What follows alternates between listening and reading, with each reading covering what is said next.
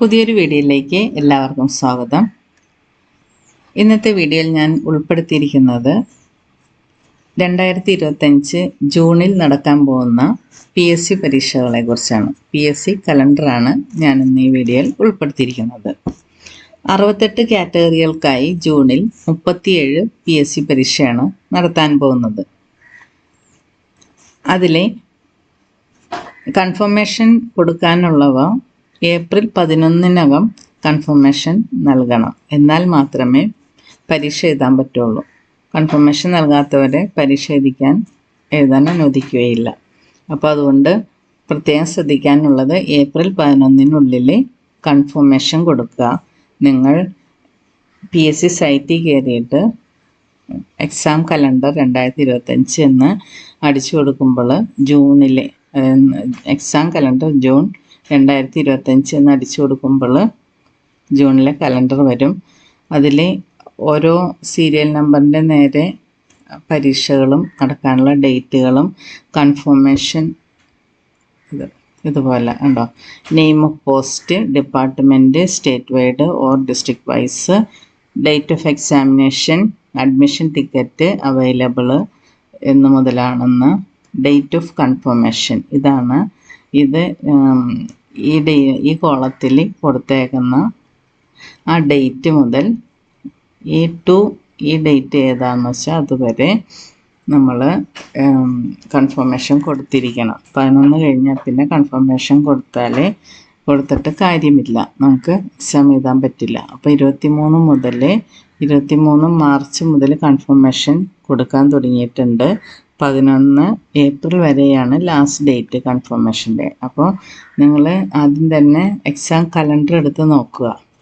2025 ജൂണിലെ exam calendar എടുത്ത് നോക്കി കഴിയുമ്പോൾ കൺഫർമേഷൻ ഡേറ്റ് നിങ്ങൾ ഏത് പരീക്ഷയ്ക്ക് സസ്യകൾക്കൊക്കെയാണ് അയച്ചേക്കുന്നത് ആ എക്സാമിൻ്റെ നേരെയുള്ള ഡേറ്റ് ഓഫ് കൺഫർമേഷനിൽ ഡേറ്റ് ലാസ്റ്റ് ഡേറ്റും കൊടുത്തിട്ടുണ്ട്.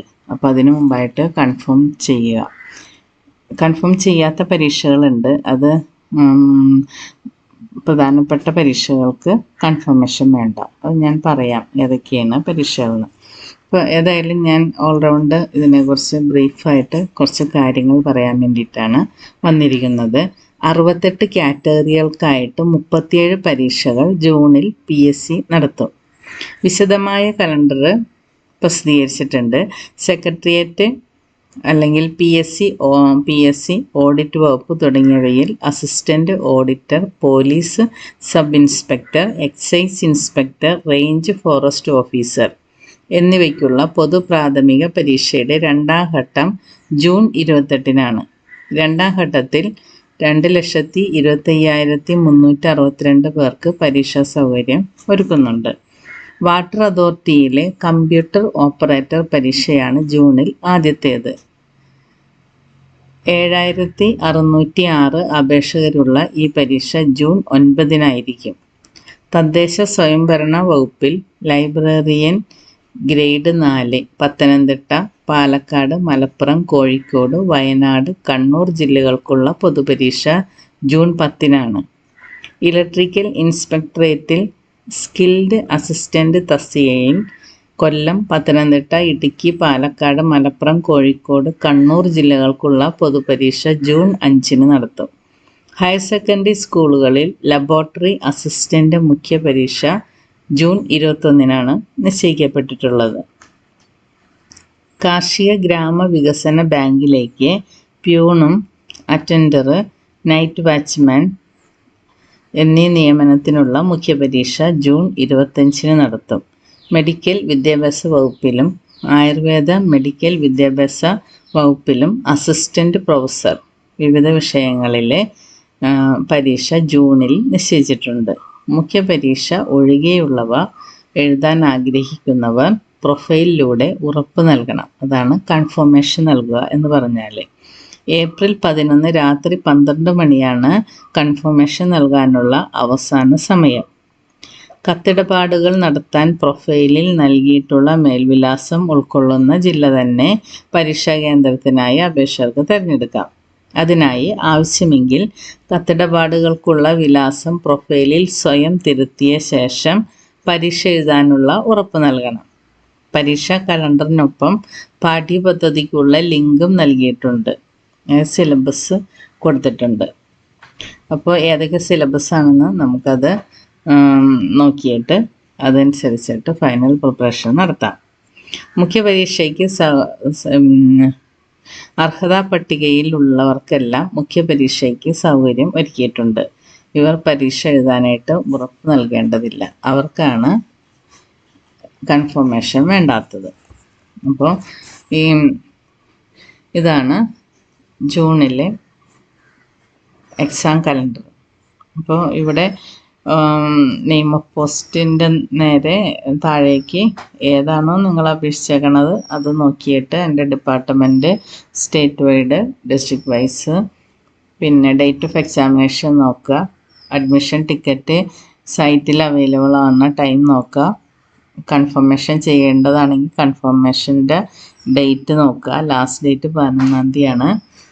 പിന്നെ മോഡ് ഓഫ് എക്സാമിനേഷൻ OMR ഓൺലൈനൊക്കെ ആണെങ്കിൽ അങ്ങനെ, അല്ലെങ്കിൽ OMR എക്സാം മാത്രമായിരിക്കും, ചിലത് ഓൺലൈൻ എക്സാം ആയിരിക്കും. പിന്നെ മീഡിയം ഓഫ് എക്സാമിനേഷൻ അത് ആ കോളത്തിൽ നോക്കുക, ഡ്യൂറേഷൻ നോക്കുക, number of candidates already candidates എത്രയാണ് കൊടുത്തേക്കണത്. ഇനി കൺഫർമേഷൻ കൊടുത്തു കഴിഞ്ഞിട്ട് ഉള്ള ഒരു ഇതുപോലെ തന്നെ പ്രസിദ്ധീകരിക്കും. അപ്പോൾ നമുക്ക് കറക്റ്റ് മനസ്സിലാക്കാൻ പറ്റും എത്ര കാൻഡിഡേറ്റ്സ് ആണ് പരീക്ഷ എഴുതാൻ പോകുന്നതെന്ന്. പിന്നെ ഇവിടെ ലിങ്ക് കൊടുത്തിട്ടുണ്ട്, ലിങ്ക് ഫോർ ഡീറ്റെയിൽഡ് സിലബസ്.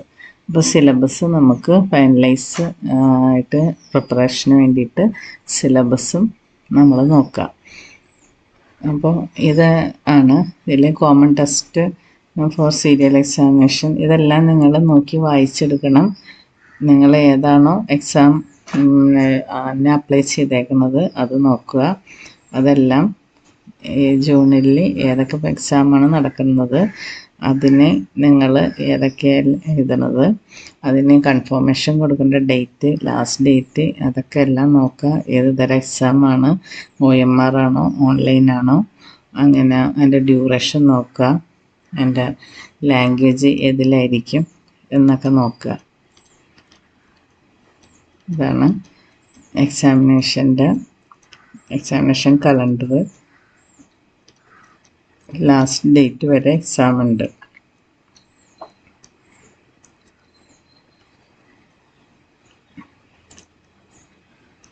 തൊണ്ണൂറ്റഞ്ച് 96 എക്സാമുകളാണ് 30/6/2025 വരെയുള്ളത്. മെയിൻ എക്സാം ഉണ്ട്, അല്ലാതെയുള്ള പ്രിലിമിനറി എക്സാം ഉണ്ട്. ഏതാണെന്ന് വെച്ചാൽ നിങ്ങൾ നോക്കി മനസ്സിലാക്കി അതനുസരിച്ച് ഹൈലി പ്രിപ്പറേഷന് വേണ്ടിയിട്ട് തയ്യാറാവുക. അപ്പോൾ മറ്റൊരു വീഡിയോ ആയിട്ട് വേഗം തന്നെ വരുന്നതാണ്. Thank you for watching.